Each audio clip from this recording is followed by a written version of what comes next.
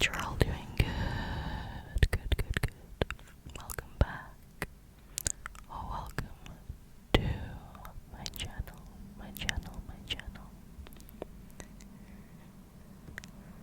Tonight we're gonna be reading some shorter, scary stories, but they all have a bit of a twist to them. So hopefully you guys find them quite interesting. But without any further ado, let's just get straight onto today's video. Trigger warning, by the way, most of these are going to be quite dark and talking about like death and even like child deaths and stuff like that, so just be aware of that. The first one is by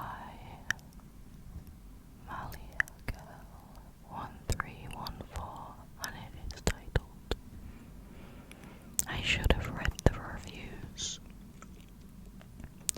My girlfriend moved out 3 weeks ago. My cat, Rook, was really close to her, and now that she's gone, I can tell he's a bit lonely, especially while I'm at work.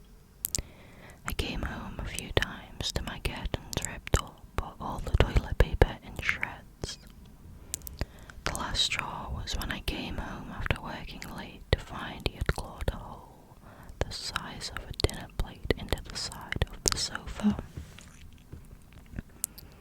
I decided I had to do something. I tried different toys, even catnip, but nothing worked. One night, while browsing Amazon, I saw a pet camera. It's a tiny camera that records your pet on a live feed so you can monitor their behavior while you're away. It even has an audio function so you can talk to them. Sounded silly, but hey, I love my fairy dude, so I bought it. I got overnight shipping and installed it immediately. I decided to set it up in my bedroom, as that was where Rook dwelled most. My first day at work, I think I checked that camera 30 times. When I spoke into the microphone, Rook seemed to be happier, and I noticed there was no destruction around the house either. By day 4, I figured I'd solved the problem with Rook. That leads me to right now.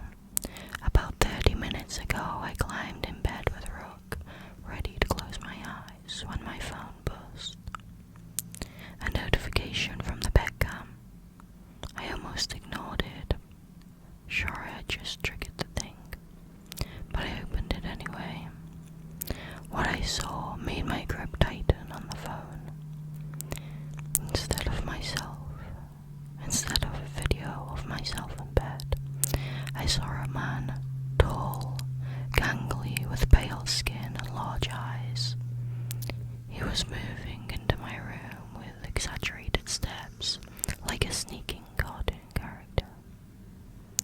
He got right up to the lens, so close I could almost smell his rotten breath, and smiled. I immediately paused the video, terrified. I looked at the spot where the man should have been standing, but there was no one there. I went onto Amazon and found the pet cam, and read the reviews, hoping for some weird glitch. It had to be a joke, right? The first dozen reviews were pretty standard, but it was the last that caused me to bolt upright. The customer complained that the camera was on a timer delay, sometimes as much as 15 minutes. I went back to the video and pressed play with shaky fingers. I watched in horror as the man slithered onto my bed, giving the camera a wink before disappearing in the darkness.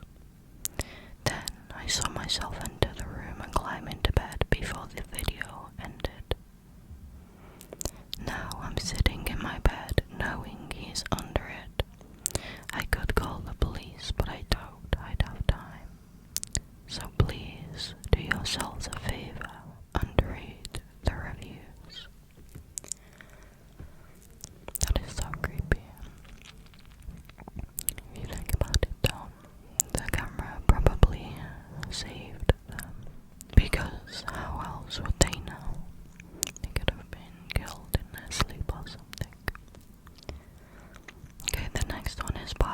mellow yellow sun, and it is titled, I Know When My Husband Is Cheating on Me. I know when my husband is cheating on me. It's funny. Something like 60% of marriages end in infidelity, but you never think it'll be yours. There are so many articles on it too. How to tell, what signs to watch for. Is he spending too much time at the office or just working hard? Crappy episodes on daytime TV. Some silly girl sobbing as it's all revealed. These articles, shows, dramas, they're for weaker women. I knew the moment my husband didn't love me anymore. It'll start small. He'll smile more for no reason. He'll laugh at little things she says or does. Things that you would have never in a million years found funny if you said them. And it'll only get worse. His face will light up like a sun when he sees her, and he will see her. He can't stop it. She's everywhere in his life, invasive like a cancer, or a leech, sucking all of his attention and love away from you. And then, even worse, his friends, your friends, will notice. They'll tell you they've never seen him before like this, how happy he is. It's enough to make you sick. And finally, he'll tell you he's never felt love like this before, that he doesn't know how he lived without her. Well, something had to be done, obviously. I love my husband. I'm not having some little temptress steal him away from me. What kind of woman would I be then? No. So I took matters into my own hands. Thank God, she's still little. I don't think I could have drowned her that easily if she could walk just yet. That is super dark, super dark. Poor kid and husband. The next one is by Tatsuya. It's formatted in like kind of bullet points. It's titled Last Messages. I love you, Mom. I can hear footsteps on the stairs. I think he's outside my room. I hear sirens, but they're far away. I'm hiding in the closet. I hope he didn't hear me. Hang on, I heard something downstairs. The cops are already here looking for him. They'll catch him. Don't worry, Mom. I'm safe. I love you. The cops said he's some escaped serial killer and he's been breaking into homes around the area. Yes, Mom. It's on the news now. I'll keep my doors locked. Messages are displayed in chronological order, with the most recent at the top. That's really cool how it can be read either way. The next one is by Veduses, and it's titled 24 Hours. Yesterday, Todd made it his mission to sleep with as many women as possible. He managed a whopping 37 in just 24 hours, an insurmountable amount for an average day. But this was not an average day. Who was going to say no to some sex? He didn't know he'd soon be a father to 6 illegitimate children, or he wouldn't have done it. Yesterday, Anne snapped and slit the throat of her toxic ex-husband. The neighbors walking by saw the whole thing through the window, but simply looked at each other, shrugged and kept walking. Anne continued her day as usual, leaving the still warm body on her floor. She didn't know she would be arrested for murder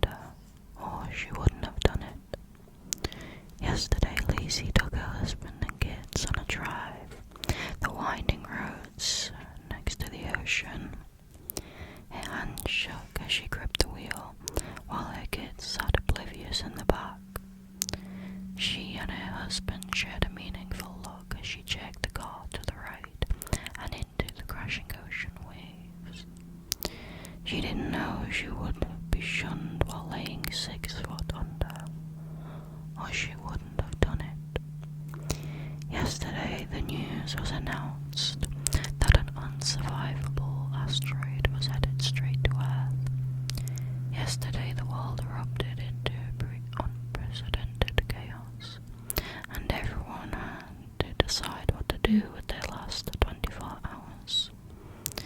But today, utter and complete pandemonium occurred because the asteroid missed. It's very interesting to think about the things that people would do if they thought there were no consequences, or how they would want to spend those 24 hours. The next one is by R.V. Coney and is titled The Blind Child. Stabbing. Sylvia pointed a trembling finger at my brother Arthur. Her milky, unseeing eyes gleamed in his direction, and his wife, Agnes, trembled with indignation from across the table. My husband's face coloured as he dropped his fork and dragged our daughter back into her bedroom, scolding her as they went. The rest of the night was awkward, and that pep in our conversation never recovered. 2 weeks later, Agnes was stabbed to death in her office parking lot. An inebriated college student found her, almost vomited all over her, and called the cops. My brother swore that he bore no ill will against my daughter, but I could tell that he was lying. One day, the middle-aged woman who taught my daughter how to read her Braille called me. "Ma'am, I don't know what's going on, but your daughter's been whispering electrocution for the past half hour and is starting to distract her from her lessons. Could you please talk to her?" I did. Sylvia, in her 9-year-old lack of understanding, told me it was just a cool new word she learned at school. The death of an electrician made headlines the following week. It was a freak accident involving tangled wires and a bucket of water. Sylvia's teacher's face was blurred for privacy, but her voice was as familiar as anything to me. He was my partner, my soulmate. While my husband was working late, I called Sylvia into the living room. "Honey, is there anything Mummy should know?" She hesitated. "Honey, you know you can talk to me." She denied it once more. "I have no secrets from you, Mummy." My husband walked into the living room with his hair tousled and his eyes distant. Instead of rushing to hug her dad, Sylvia simply turned towards him. "Fire," she said. My heart stopped. Every time Sylvia said something like that, it was the person's partner who died, and of that reason too. A fire. Was Sylvia merely making predictions, or was she putting a curse on me for snooping in on her business? Why, this devil child. I grew paranoid, checked the appliances and electronics constantly, cleared the house of any fire hazards. That was my life over the next few days. All the while I kept my eyes on Sylvia. Sylvia. I had grown almost hateful towards my own daughter. My husband came home one night, wounded and blackened with soot.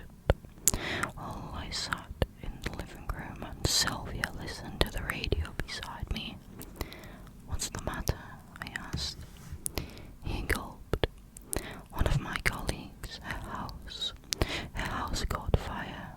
She was trapped in, but I managed to escape." Then the gears turned in my head. What were you doing in her house? The expression on my husband's face was of a sufficient admission of guilt. I opened my mouth to speak, no, to scream, but a smaller voice beside me looked at me and whispered, "Poisoning." I love that one. I think that one is so cool. That's really, really cool and well written. I love that idea.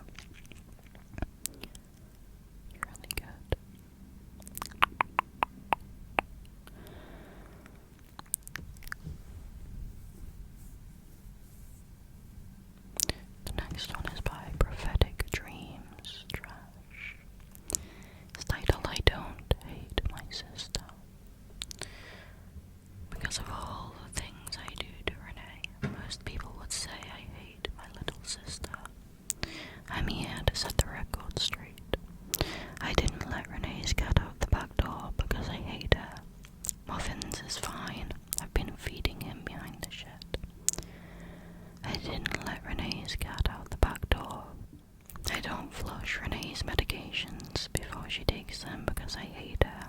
I was pretty panicked when I thought the toilet was going to clog though.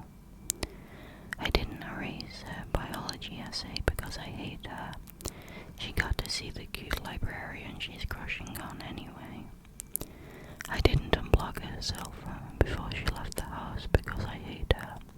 I unplugged it so that Mum and Dad wouldn't be able to call her. I didn't use the faulty outlet in the living room because I hate Renee. I really don't hate my sister. The fire didn't kill Renee because Renee didn't have to go back for muffins. Renee wasn't sleeping due to her medication. Renee was at the library redoing her report. I didn't let our Mum and Dad die because I hate my little sister. I did it so that she wouldn't end up buried in the garden like me. It's quite dark, so the parents killed the other child.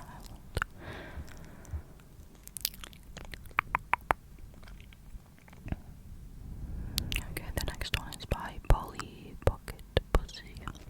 It's titled, Nobody Wants to Go Near Me Anymore.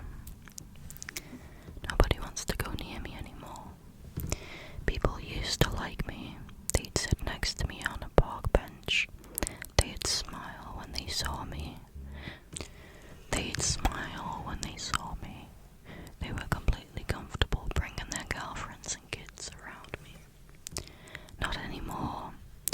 Not since that awful murder. Now they cross the street to avoid me, and if they do look at me, it's only with a look of disgust. I wish I could tell them how sorry I was. Sure, nobody blames me. It's not my fault. They know it wasn't my fault, but now they can't even stand to glance my way. I'm so lonely. God, what I wouldn't give to have someone sit down for lunch with me.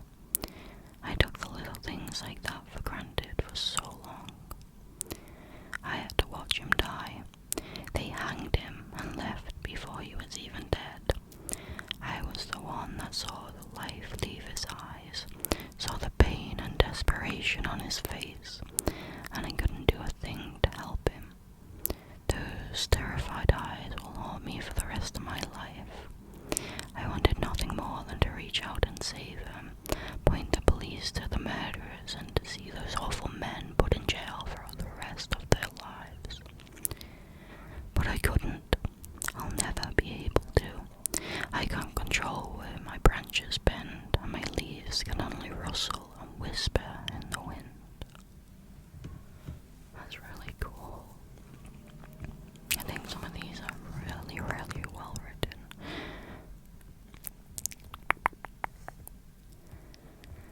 The next one is by Rydell, and it's titled Uncle Tommy's Visit. Now remember, I don't want you talking to him unless I'm around, you hear? Yes, Dad. I'm serious. Now tuck in your shirt. He's here.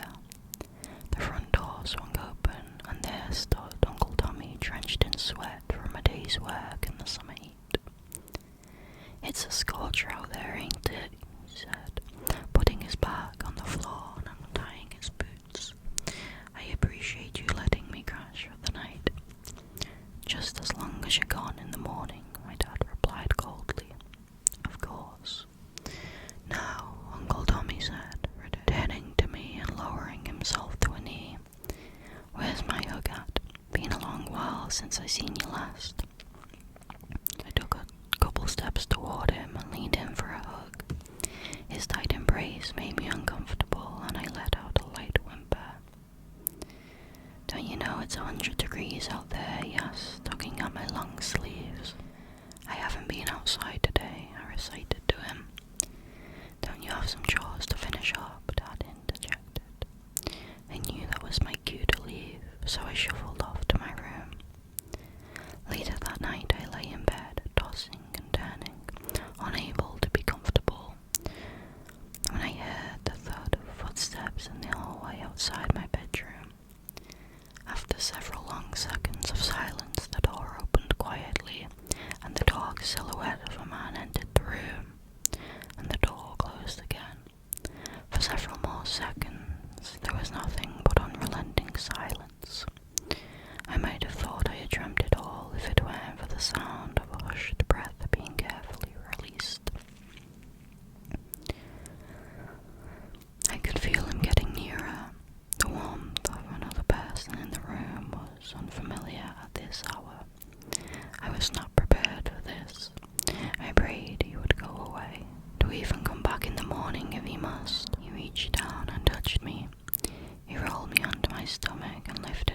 shirt.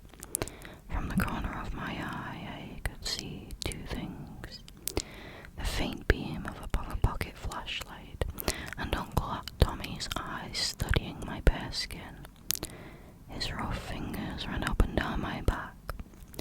Suddenly, he got up and walked to the bedroom door and left. I tried again to fall asleep, eventually succeeding. He was gone by the time I awoke. Around noon, the phone rang while my father was out. "Hello," I answered. "Hey, buddy."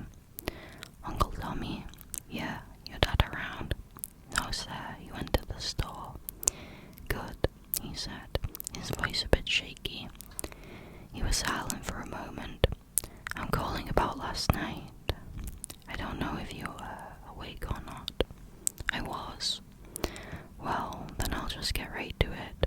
I've got a question for you and I need you to be honest with me. Can you do that?" "Yes, sir."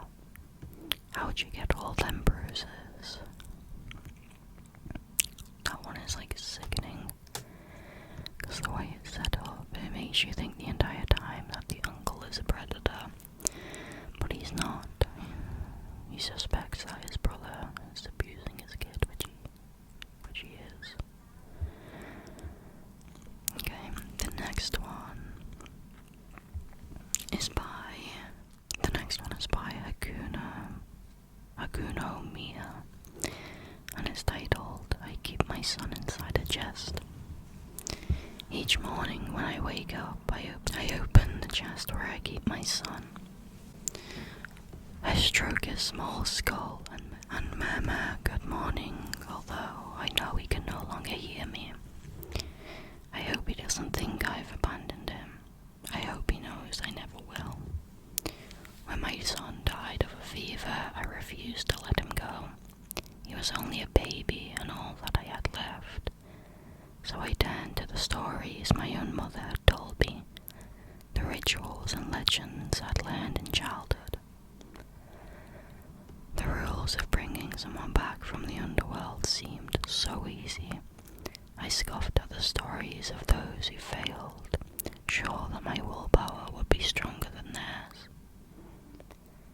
I forced my way through to the fields of night and found my son's faint, pale soul. I guided it all the way back to his body, never looking back once.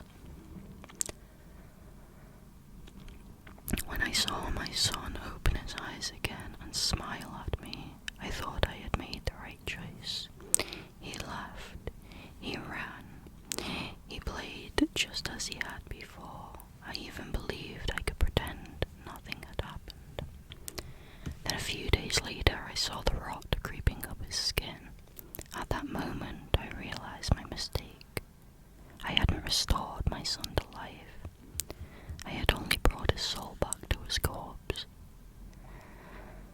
I tried to comfort him as his body swelled and decayed.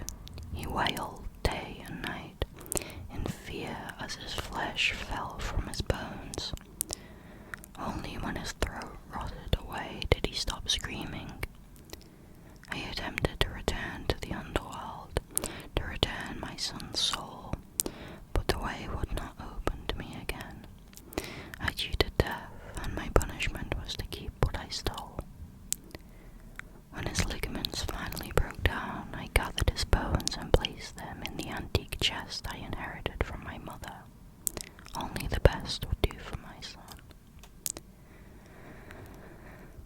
Sometimes my son's bones lie still inside the chest for hours, even days, and I dare to hope that his soul found its way back to where it belongs.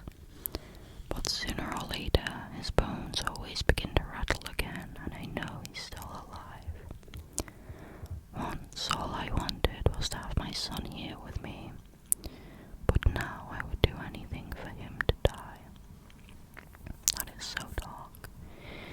He's eternally trapped there, probably in pain.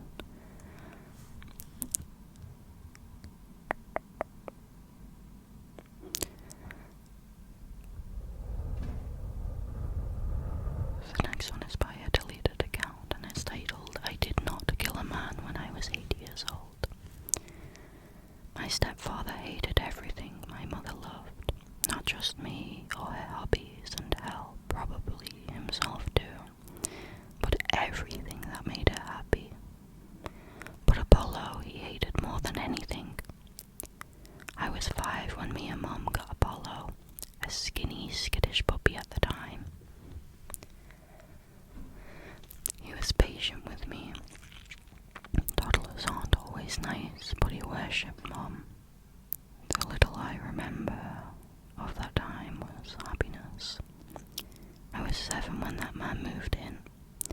He didn't tolerate happiness in the house. He kicked Apollo for being too loud and soon kicked me as well. After almost losing a finger, he learned not to hit us when Apollo was there.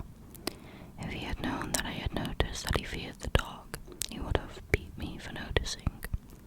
He hated weakness, and it was always someone else's fault if he didn't like how he was feeling.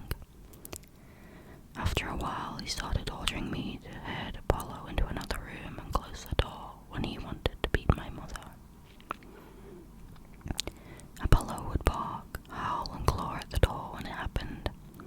The neighbors called animal protection 3 times, but never called the police. Some dogs can open doors.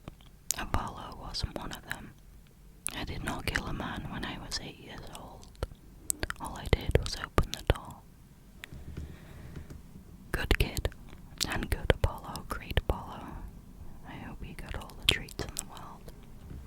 The next one is by Chitown 2076 and it's titled How to Scare Dad. My father is the scariest man I've ever known, and when armed with a bottle of beer, he reaches nightmare levels. Just the crackle of his belt or rise in his voice was enough to make me shake like a leaf. One night, while I struggled to get comfortable in bed from the bruises and the sounds of my mum's crying, I hatched an ingenious idea to stop the pain and suffering. Scare Dad. Clearly, he just didn't know how his actions made us feel, but if I scared him like he scared me, maybe then he would change his ways. I tried anything I could think of to produce some fright and scare Dad straight. I would hide and jump out at him, but he didn't even flinch. I placed a toy snake in the toilet, but that only resulted in him beating me. Finally, I thought of destroying his alcohol. I know that people get scared when losing something they love. So one by one, I poured my dad's bottles down the drain and eagerly awaited his reaction. I knew this would be it. This would be the thing to scare him. That night, I remember my father discovering the empty bottles and becoming angrier than I'd ever seen him. I remember him wrecking the house. I remember him storming into my room. I remember his hands around my neck and me seeing black. Luckily, my planning and hard work that night paid off. Today, my father lives in a constant state of fear. I'm always watching him, how timid and nervous he is at all times. Whenever I pay him a visit, his complexion turns a pasty white, his body shivers like I used to, and he breaks into a cold sweat. I scared my father so good, you would think he saw a ghost. That is sad. Poor, naive child. The next one is by Chemical-Elk-1299. It's titled My Husband Hasn't Spoken to Me in Months, so I decided to surprise him at dinner. Hi honey, I said, bustling over the stovetop. How was your day? He ignored me. He threw down his briefcase and got a beer from the fridge, the same as always. Is dinner ready yet? I pointed to the timer ticking on the kitchen counter. The meatloaf needed another 20 minutes. I think the correct phase is what's cooking, good looking, I joked. Look, I've had a long day, he sighed, draining his beer. Just come get me when it's ready. I will, honey, I said. After dinner, I have a surprise for you. Whatever. And with that, he retreated upstairs to play video games. Supper seemed to be all he cared about these days. So long as he was fed, he appeared to want nothing else to do with me. I tried to get him to talk to me. Something was clearly bothering him, but he just wouldn't open up. But that was alright.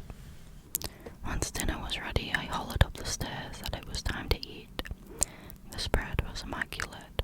Roast cauliflower with lemongrass and shallot, jacket potatoes with garlic confit, and for the main course, a beautiful meatloaf, my own recipe, his favourite. I thought he might even notice.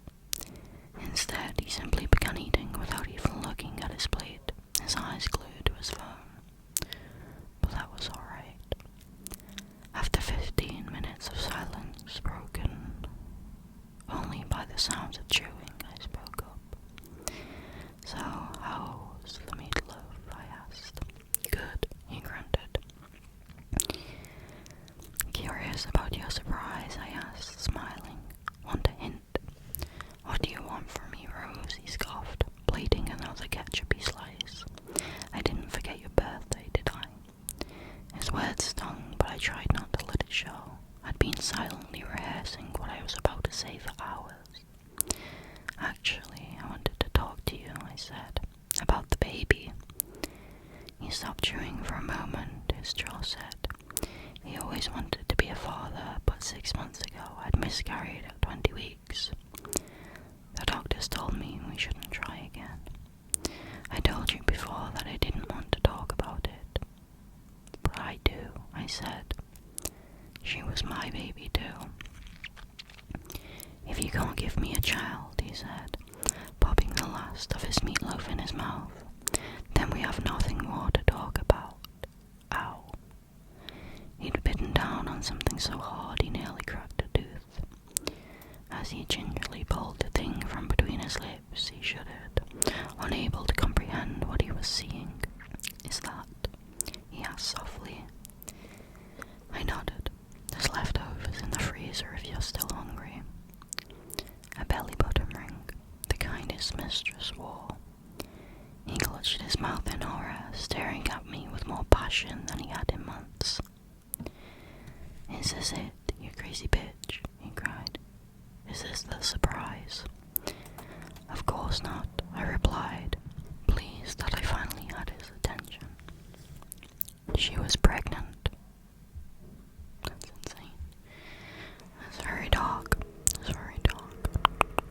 A dark little revenge story. Okay, this next one's by My and it's titled Roller Coaster. Mom, I don't like it. I want to get off. I was a bit surprised. He had always been so brave. I was way more afraid than him when we got on. I never liked to be so high up from the ground. This will be so much fun, he had said when we were parking the car. I had kind of hoped he would be strong for both of us. Oh honey, I'm sorry, but we can't get off now. The ride has already started. But remember the small roller coaster in the park when we went when you were little? With the funny clown. This is just like that, only bigger, and remember how awesome it was. My son looked at me with watery eyes. Oh God. He had been so excited about this. I tried to swallow my own nervousness and keep talking to calm him down. My voice was shaking a bit, but I managed to put on a smile. It's okay. It's okay. You might feel a bit funny in your stomach. It's because of the speed and the changes in the force that pushes you. It's normal. Listen, do you hear? Other people are scared too. He looked at me with his kind blue eyes and nodded, just barely. I wanted to hug him, but my back was pressing to the seat so heavily I couldn't move enough. So was his. My eyes caught a glimpse of the sun over my son's head. The sky was so bright. I tried to ignore the metallic clanging sound of people screaming somewhere that seemed to be so far away.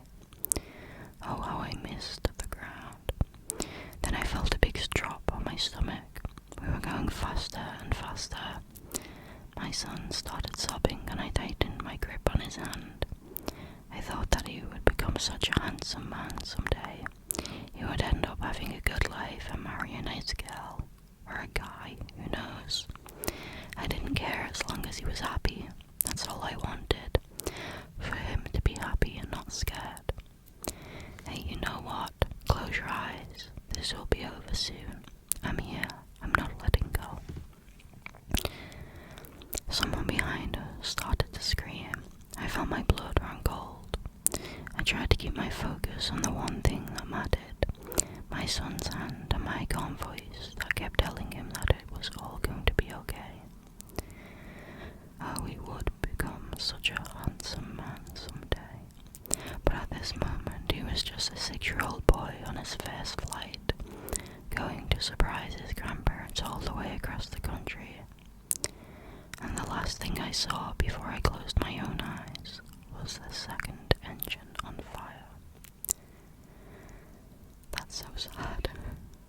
That's so sad. I'm also scared of flying. I've never been on a plane. The next one is by Lilith_love. It's titled Salami, Olives, Sausage. There was nothing special about the pizza place where I worked. It offered your run-of-the-mill dough, strategically covered in enough grease to trick your mind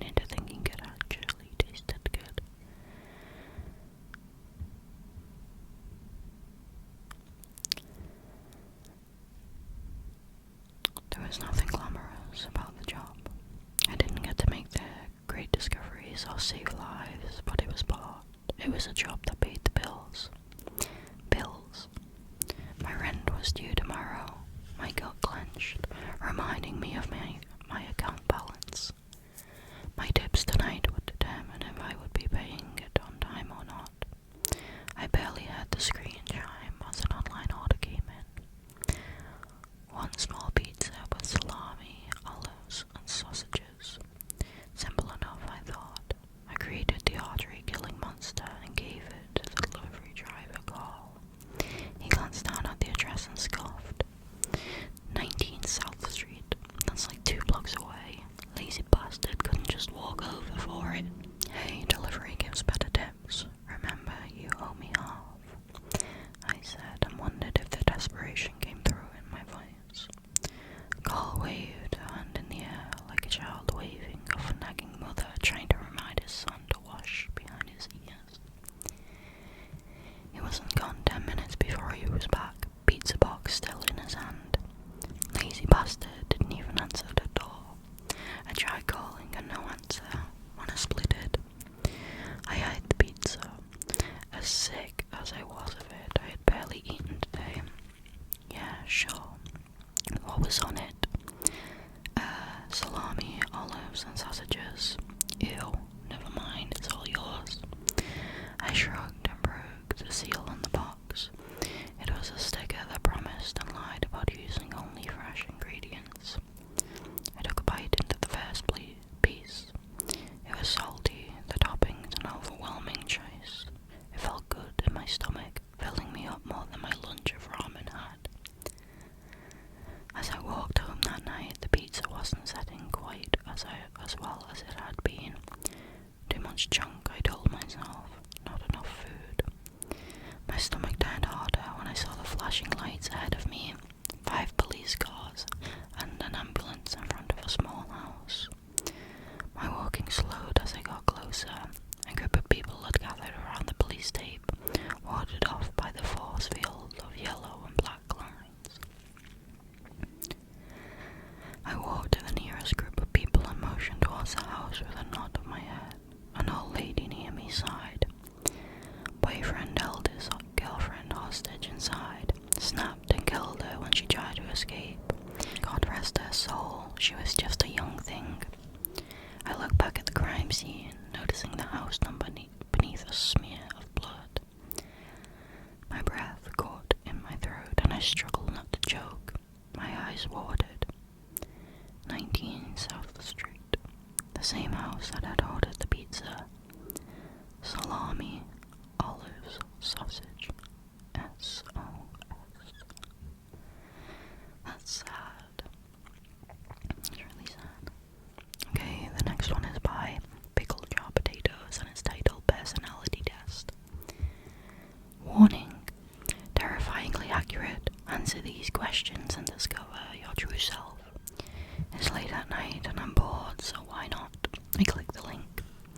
Instructions. Pick the answer that most accurately describes you. After 15 short questions, you will see who you really are. 1. I get scared easily. There is a menu with answers ranging from strongly agree to strongly disagree. I answer disagree. 2. I am always around other people. I spend most of my time alone in my room. Strongly disagree. 3. I pay attention to my surroundings. I admit that I am usually wearing earphones, blissfully unaware of my surroundings. Disagree. 4. I live alone. I dislike having roommates. Strongly agree. 5. I would know if I'm being watched. My eyes widen. What is this? Some cheap trick to scare me? Well, I'm not falling for that. Strongly agree.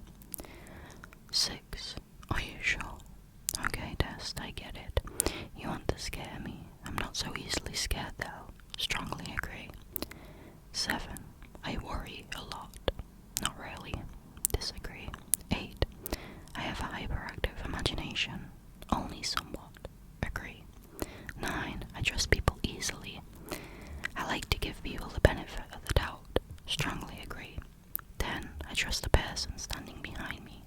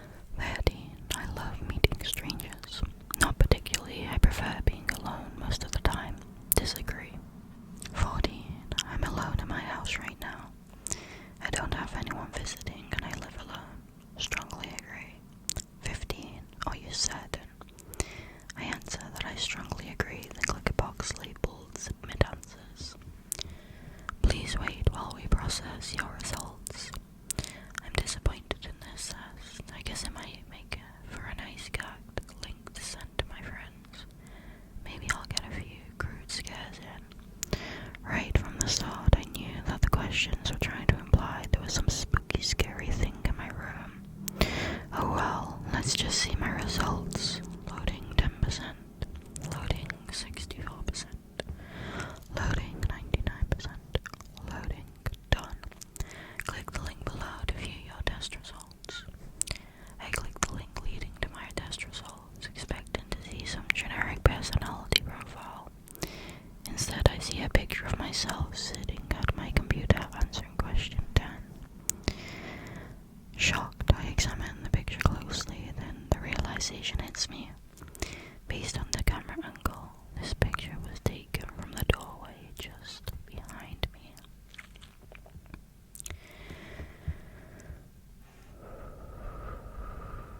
Okay, the next one is by Juniper Peyote and it's titled Albert. I killed a child today. He's dead. He was only 4 and he's still with me now. I haven't been blamed per se and I'll never be prosecuted. Strictly speaking, it's not my fault. I had no control over it. That doesn't mean I don't feel remorse though. But I'll do it again for certain. This isn't the first time it's happened and it won't be the last. He has no idea of the agony left behind. He's senseless, peaceful. It hurts now, of course, but he'll be forgotten in 90 years' time. A vague folded photograph of a single suffocated life. I won't forget him though.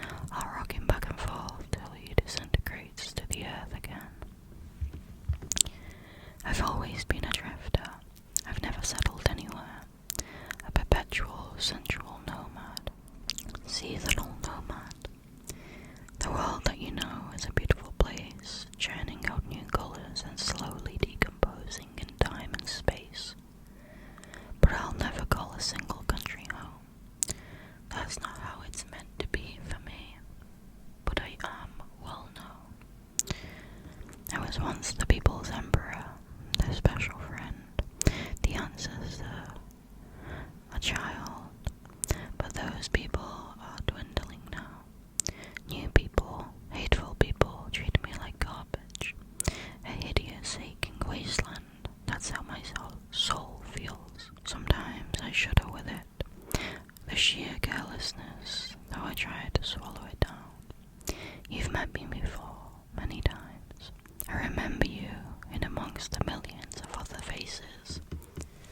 You probably find me fascinating. Most people do. You know my name. I know yours. I am deeply alone, but never lonely. I give and give. Things that aren't always mine to give, but I take too.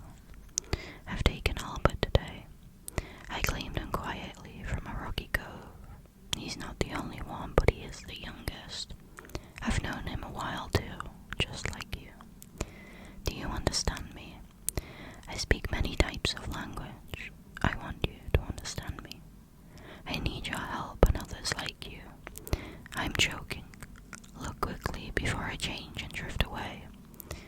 I squeeze every coast in my arms at once for a brief moment. My cells fall from the clouds, churn as tissues in the rivers, foam to organs at the seamouth, and surge in a body of 1,000 leagues deep, ferociously between the continents. I've killed before, I'll kill again, and I'll be here for thousands of years after you. I've always been here. I am the sea. Hold up a shell and listen to me. That one was so cool. I love that. Okay, we've got 2 more. The first one, the second to last one is by that other dude, 1817. And it's titled chooseyourdeath@gmail.com.